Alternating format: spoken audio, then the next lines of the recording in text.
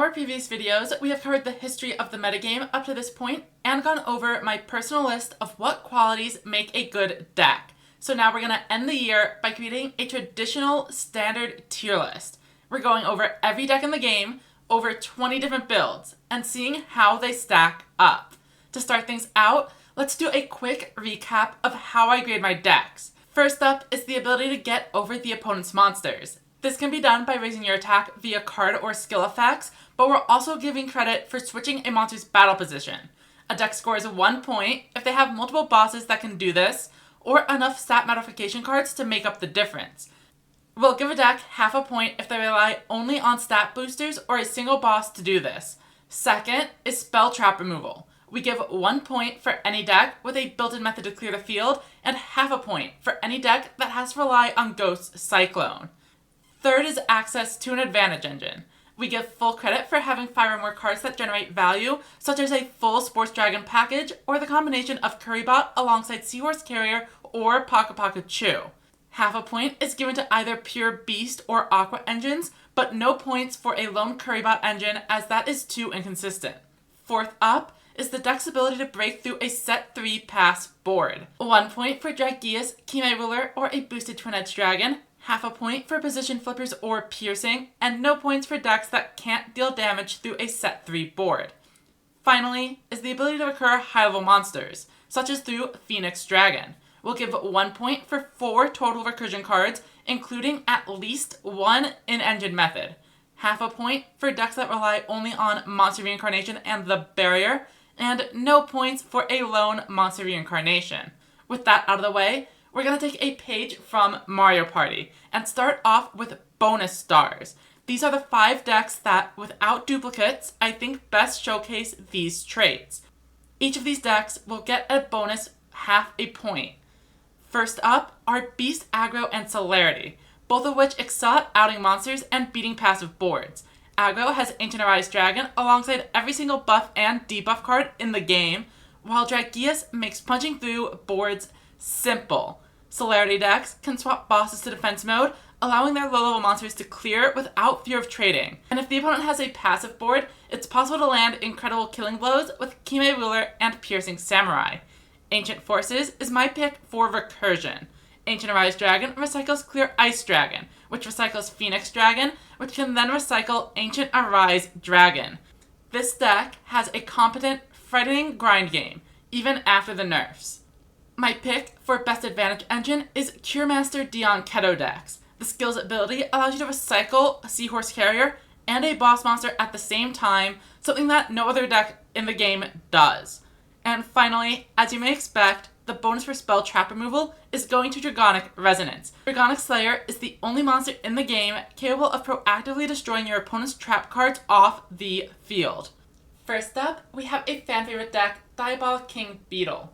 My list looks a little bit different than what you might be familiar with from the last format because I'm trying to take advantage of the new cards from the mini box. This is a deck that is able to run a bunch of level 1 monsters and then provide big boosts with Diabolic King Beetle to inflict damage on a counterattack. Babysitter Goat and Royal Bubbles Fanatic both enable the new card King's Majesty, and utilizing the Black Dragon Rising skill puts 3 more level 1 monsters into the deck that can then be sent to the graveyard and bring out a boss monster for Diabolic King Beetle to boost. Roman Pick further helps to fuel the graveyard and can potentially set up a Currybot, while also rarely generating value if you hit a Howling Bird.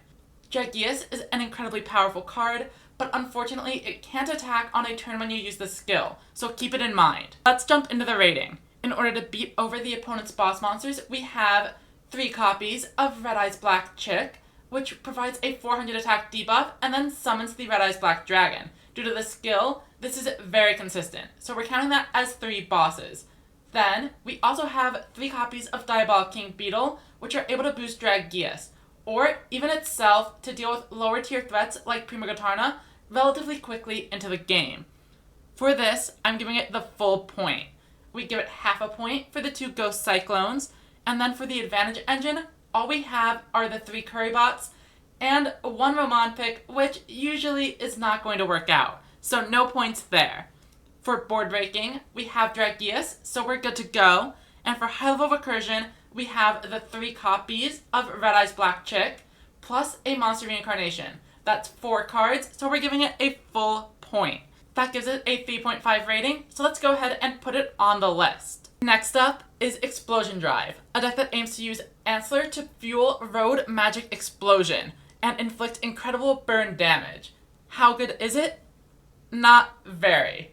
It struggles in combat and has to run a bunch of weird traps to try to make up for it, and the rest of the deck is not looking great either. We have a Mystic Dealer engine for a little bit of consistency, but when you're locked to only spellcasters and rock monsters, there's unfortunately not a ton you can do. In order to get over opposing boss monsters, you do have full meter impact, but actually bringing it out can be a chore. And even if you do, you're going to need to have an Answer or Accel on the board to get a level 7 spellcaster on your field as well.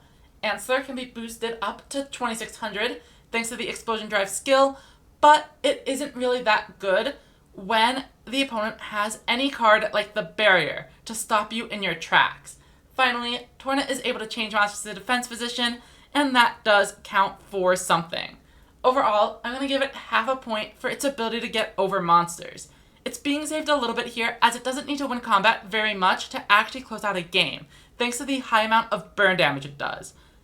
That being said, the next few points are not going to be easy. There is no spell and trap removal in this deck, and there is no advantage engine. You can technically recur a card with Explosion, but it basically just changes itself out, and if you want to use Explosion, you're going to have to discard it anyway, so it does not count.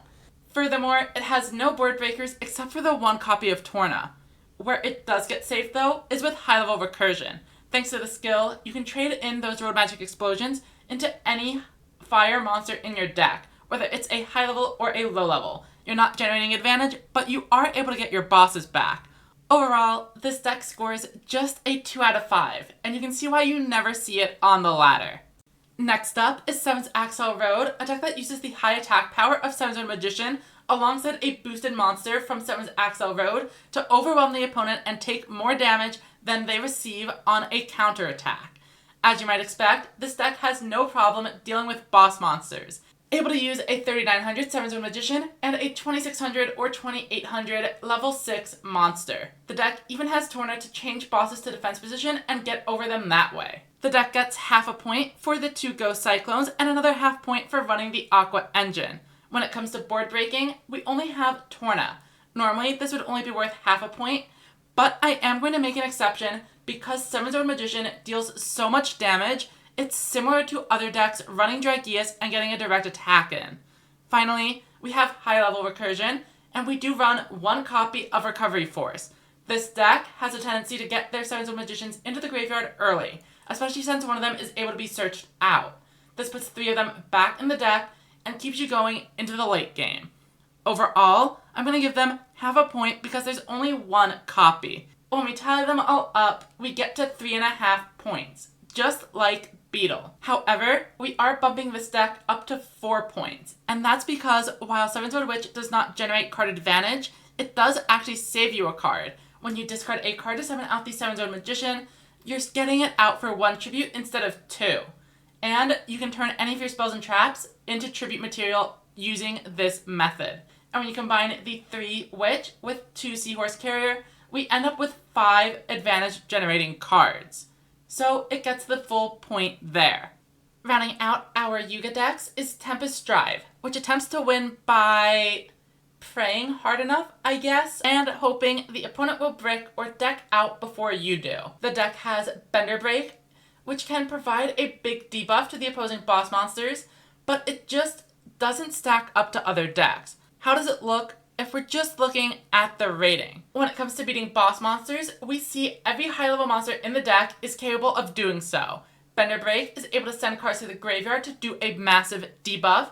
7's own Magician boosts itself up, and Torna the Windweaver is able to switch things to defense mode. Full points here. Unfortunately, there is no spell and trap removal, and a lone beast engine scores them half a point for an advantage engine. We see Torna is the only method of board breaking, so it gets half a point. Unlike the previous deck, we aren't able to search out the 7's own Magician, so the combo is much less consistent, and I'm not going to give them the full point for a lone Torna as the board breaker. High-level recursion is also completely lacking, barring a single recovery force. However, this time, our high-level monsters are not all spellcasters, and you can't search the 7-Zone Magician, so with just one card, I'm not inclined to give them the half point for this. We add it all up, and we get 2 out of 5, scoring the same as the previous Road Magic deck. Moving on to Luke, we start with Ancient Forces, a deck where every single boss monster is able to exceed 2500 attack, and Ancient Arise Dragon can destroy most other boss monsters in the game for free. The list I have here also uses a small psychic engine to try to deny resources from the opponent, using Dreamjumper's effect to shuffle away cards like Currybot, Vanilla Aquas, and Sports Dragons. The deck has no problem beating bosses, as we've already established, but it does lack spell and trap removal. With Currybot and Seahorse Carrier, the deck is able to generate advantage consistently, but the deck does lack any way to get through a set 3 board. Ancient Arise Dragon does provide huge offensive power, but only if they already have a face-up monster. Lastly, for high-level recursion, we do have the bonus star that we assigned at the start of the video, worth a full extra half point. Overall, it's ending up with only 3.5 points, but make no mistake, this is definitely one of the stronger decks in the game. Curse of the Dark makes use of dark, normal dragon monsters, able to increase them up to 2500 attack or more. If you choose Dragon Knight of Darkness, you're able to get an even further attack boost, but it does come at the cost of a card in your hand. The deck ultimately struggles a lot, and you're going to see why when we get to the scoring. For beating bosses, the deck really only has access to Dragon Knight of Darkness or Speedy Performer, so I'm only able to give it half a point, especially since the boost is only up to 2800, which means it still loses to the barrier. For spell and trap removal, we have none, and for an advantage engine, we only have 4 cards, so it's only getting half a point. It has the 2 Seahorse Carriers and 2 Triad Dragos. Moving on to board breaking, we do have Dragias, so we're all good there. And for high-level recursion, I'll give it half a point for having access to both Phoenix Dragon and Monster Reincarnation. It scores 2.5 points. Dragonic Resonance uses Dragonic Slayer to clear away the opponent's trap cards, generating value and getting in for huge amounts of damage. Twin Edge Dragon is a great breaker in this deck, able to boost up to 1500 and attack twice. And Ancient Arise Dragon goes up to 3000 on its own to clear out opposing monsters. Against Yami Ruler, Gravity Pest Dragon can come on in and lower its defense, allowing it to get over it after the boost from Dragonic Resonance. Some players also choose to replace some copies of the Barrier with Dragonic Pressure to have a better Yami Ruler matchup. Let's look at the scoring. It's able to easily beat bosses as Dragonic Slayer and Ancient Arise Dragon both go to 2800 or higher, and it even has Gravity Pest Dragon to provide debuffs. It has spell trap removal in engine with Dragonic Slayer, and it gets the bonus star from earlier. It can generate advantage with Triad Drago and a Sports Dragon package. It can break through boards with Twin Edge Dragon, and it has some high-level recursion with Phoenix Dragon, Monster Reincarnation, and 3 copies of the Barrier. It scores a full point in every single category, and even manages to get a bonus star. Despite the hits on the Forbidden and Limited list, this deck is in the 5.5 out of 5 tier. Blue Falcon Formation is another one of those decks that relies on playing normal monsters to get a skills effect. With Blue Falcon Formation, summoning Gaia or the Blue Falcon Tengu reduces an opponent's monster by 800 attack. This then allows your monsters to get over opposing 2500s, so it gets a point for that. In terms of spell and trap removal, we're giving it half a point for the Ghost Cyclones, and in terms of advantage engines, it has the 2 Seahorse Carrier, so it gets half a point there as well. The deck has Piercing through Piercing Samurai, so it gets half a point for board breaking, but it has no recursion, so it ends up with 2.5 points. Dark Arts of Celerity is a deck that takes advantage of the opponent playing defensively. With Yami Ruler, you can force monsters into defense mode. Then, Kime Ruler and Piercing Samurai can follow up and inflict major damage. Dark Arts of Celerity and Zephyr of Darkness are another way to force opposing monsters into defense mode. So, how does this deck score? While these monsters are not frequently going above 2500, the many ways to switch monsters to defense mode gives it a full point. For spell and trap removal, we have Dark Ruler Battle Slash, And for advantage, we see a Seahorse Carrier Engine worth half a point. In terms of board breaking, we have Kime Ruler and Piercing Samurai to get in against those set 3 boards. And for high-level recursion, we have just Monster Reincarnation and the Barrier, worth half a point. But we also can't forget about the bonus star assigned earlier. All in all, that puts it at 4.5 points. Servant of Dawn is another one of those decks where you use a high-level Nora monster to take advantage of the skill, but this one is saved a little bit by the lack of a restriction on the high-level monsters. With Dragius, a lot of the bad decks can become able to pick up sneaky wins. When it comes to beating bosses, we have Gaia the Fierce Knight, Summon Skull, and the Silver Wolves for a debuff. So overall, I am going to give it the full point. For spell and trap removal, a single copy of Ghost Cyclone is not enough. For the advantage engine though, we do see 3 Currybot and 3 Pock Pikachu, giving it a full point. We have Dragius to break down opposing boards, and for high-level recursion, we do have Phoenix Dragon, Monster Reincarnation, and the Barrier. That's 4 cards, at least one of them in engine, so it scores a full point there as well. Even though you've probably never seen this deck on the ladder, it scores a full 4 out of 5. The deck has the ingredients of success, but is ultimately just a worse version of your other aggro options, which is why you don't see it anywhere. Climax Beat is a deck that utilizes level 2 normal monsters to constantly recur Lullaby and Climax Finale for big pushes and the ability to get over boss monsters. Let's see how it stacks up. In order to beat bosses, we have Prima Gatarna to buff. Then we also have the Climax Finale, which is infinitely recurable, so no problems there. Spell and trap removal, unfortunately, is not going to be found in this deck.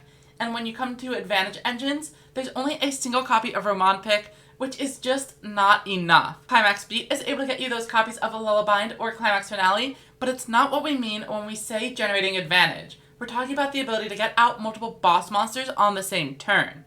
To break through opposing boards, we do have access to a few options, including Pierce and a telepathic agent that can be boosted by Prima Gatarna and swing in directly. Finally, for high-level recursion, there is nothing here. Once again, just a single lone Roman Pick. And ultimately, that means this deck scores just 2 out of 5. Roman's most popular skill is Get Ready to Be Amped Up, which lets you get a second copy of Roman Pick alongside 2 boss monsters for free on turn 4 or later. This deck can be quite explosive and should fare a little bit better than the previous one. Let's go into the scoring. In terms of getting over bosses, we have both Prima Gatarna and Giftarist capable of reaching those numbers. We even have Speedy Performer to provide an additional boost, so no problems there. We do have the Ghost Cyclones this time, offering half a point, and for advantage, we do get the Seahorse Carrier Engine, so it earns half a point there as well. When it comes to breaking boards, we actually lose both the telepathic agents and piercing, but you do have to remember we have Esper Raid, which is able to destroy 2 monsters and get in for some damage on the turn you use the skill. So I'm still giving it half a point. Finally, for high-level recursion, we have, once again, nothing apart from a lone Roman Pick. All in all, we're giving this one 2.5, scoring just a bit better than Climax Finale. Rounding out our Roman decks is Psychic Drive, which can use the skill to boost Prima Gatarna and recur those level 2 normal Psychics. When it comes to beating bosses, just like the other 2, it has no problem thanks to Prima Gatarna and Giftarist. You could theoretically find some space for Speedy Performers in here too, if you wanted. Spell and trap removal, we have the Ghost Cyclones, so that's half a point. And this time, we finally score a full point for the advantage engine. And that's due to Psychic Drive being able to add back your monsters. In terms of breaking boards, unfortunately though, we don't see anything. In terms of high-level recursion, much like the other decks, this one is going to be missing the mark. That said, just like Get Ready to Get Amped Up, this one is landing at 2.5 out of 5. With all 3 Psychic decks ranked, you can kind of see why this one's not taking the ladder or tournaments by storm. The decks are just missing several key components that they need to be successful. Keymaster Dian Keto is one of the most popular ways to play the aggro deck prior to the mini-box, and it's easy to see why. With the ability to shuffle back a boss monster, an advantage generating card, and gain life points, the skill provides the deck with a better grind game than other variants of aggro. It has fallen out of favor as Ancient Arise Dragon is so much better than Dian Keto, but we'll see how it stacks up in the points department. In order to beat over bosses, we have a lone copy of Prima Guitarna, and then a bunch of stat modifiers, so we're getting half a point. In terms of spell and trap removal, we score half a point again for Ghost Cyclone, but the advantage engine does score a full point for featuring both Seahorse Carrier and Currybot. Dragius is always here to break those boards in any aggro deck, and for high-level recursion, we score half a point thanks to Monster Reincarnation and the Barrier.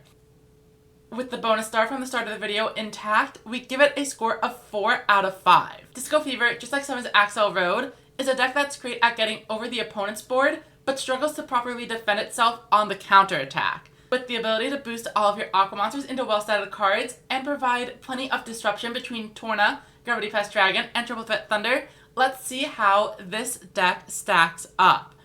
As we just said, beating bosses is no problem, but we are lacking any form of spell trap removal. We do have both Currybot and Seahorse Carrier, so a full point for the advantage engine, but unfortunately, we only have 2 copies of Torna to break through those boards, so half a point for the ability to get through a set 3 pass situation. Finally, they have Monster Reincarnation and the Barrier for high-level recursion, so we're giving it half a point. With everything added up, it has 3 points out of 5. Next up is a deck I've spent a ton of time tinkering with, and it's Dark Magician. By using the skill, you're able to get a bunch of 2500 attack point monsters out for just 1 tribute. And with Ancient Arise Dragon, with recycling from Phoenix Dragon, you're able to recur your boss monsters over and over, easily establishing 2 powerful monsters on board to defeat the opponent. Of course, the real appeal of this deck is Dark Magic Attack, which blows away all spell and trap cards the opponent controls. Using Magician Shuffle, you can get back Dark Magician from the graveyard, or you can even revive it with Archfiend's Summoning Flute. Let's go ahead and see how this deck stacks up to the rest. To get over opposing 2500 attack point monsters, we have both Ancient Arise Dragon and a Seraph of Darkness to change monsters over to defense position, then allowing our Dark Magician girls to get in. So I'm giving it the full point. Spell and trap removal is a no-brainer full point thanks to Dark Magic Attack.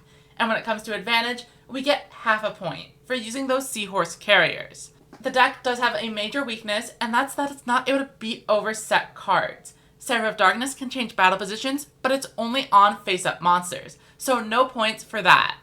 Finally, high-level recursion, I am going to give it the full point for, as we have both Phoenix Dragon, Monster Reincarnation, the Barrier, and even the Archfiend Summoning Flute to get back Dark Magician. And that gives it a score of 3.5 on the level of decks like Beetle and Ancient Arise Dragon. Next up, we have a deck I am sure you have seen on the ladder. This is card for card the deck that the winner of the Goha Rush Festival used. With plenty of high-level dragons and no weakness to Phantom Bind, it's hard to stop these cards from blowing through your board. Let's go into the scoring. To beat bosses, we have not only Ancient Arise Dragon and Prima Guitarna, but every single buffer and debuffer in the game. Speed Reformer, Thunder, and Silverwolf all allow Dragius to get over the opponent's monsters. Full point here.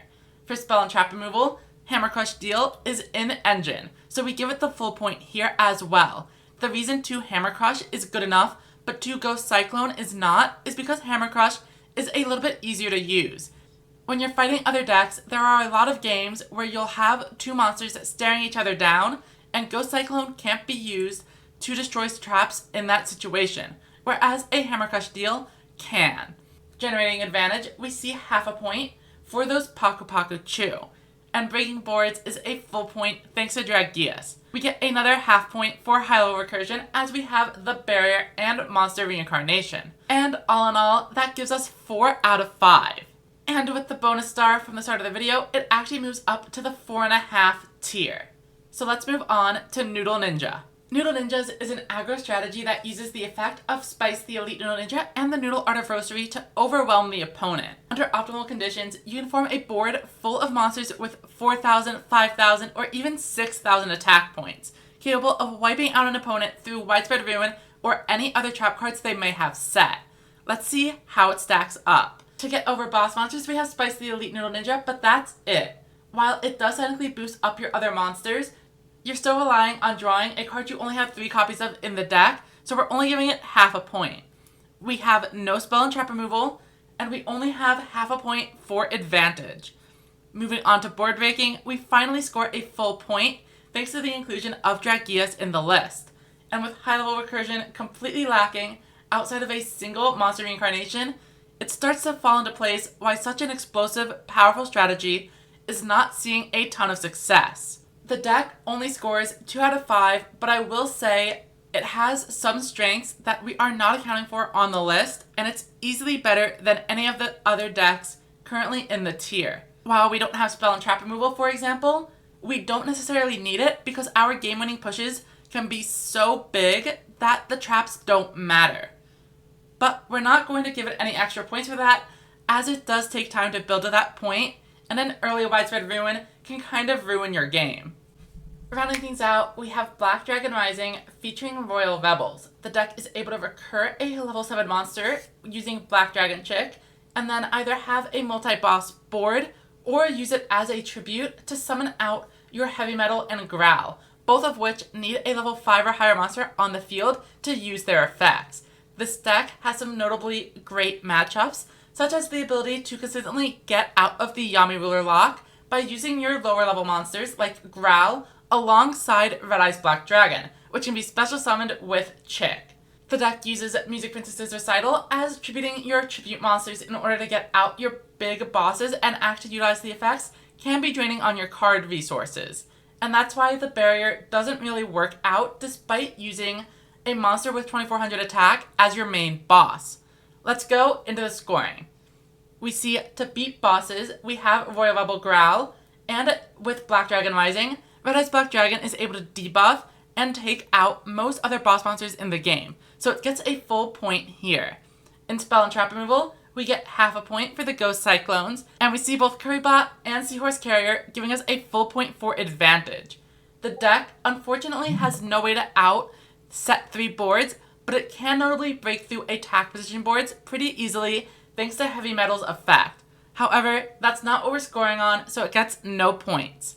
Finally, we give it a full point for high level recursion, as we have both the monster reincarnation and 3 copies of Black Dragon's Chick and a Rocker, all of which are able to add a level 7 or higher monster to our hand. When we tally up the points for our final deck here, we get 3.5, just like Ancient Arise, Dark Magician, and Beetle. We still have some images on the bottom, but we're not covering any of those decks. Volt Condor and Ride Across are both pretty bad and require you to spend real money, so they go in the ultimate bottom tier of pay to lose. Royal Rebels do have a pure variant, but their results are completely eclipsed by the Black Dragon Rising one. And the same thing goes for the Rebels Beat skill. The rest of the images were just here on the tier list, and I ended up switching them out. For example, I'm using Seven's Road Magician for Seven's Accel Road instead of the Mystic Dealer or Dark Sorcerer. So let's take a final look at this list. How does this compare to the actual thoughts of the metagame?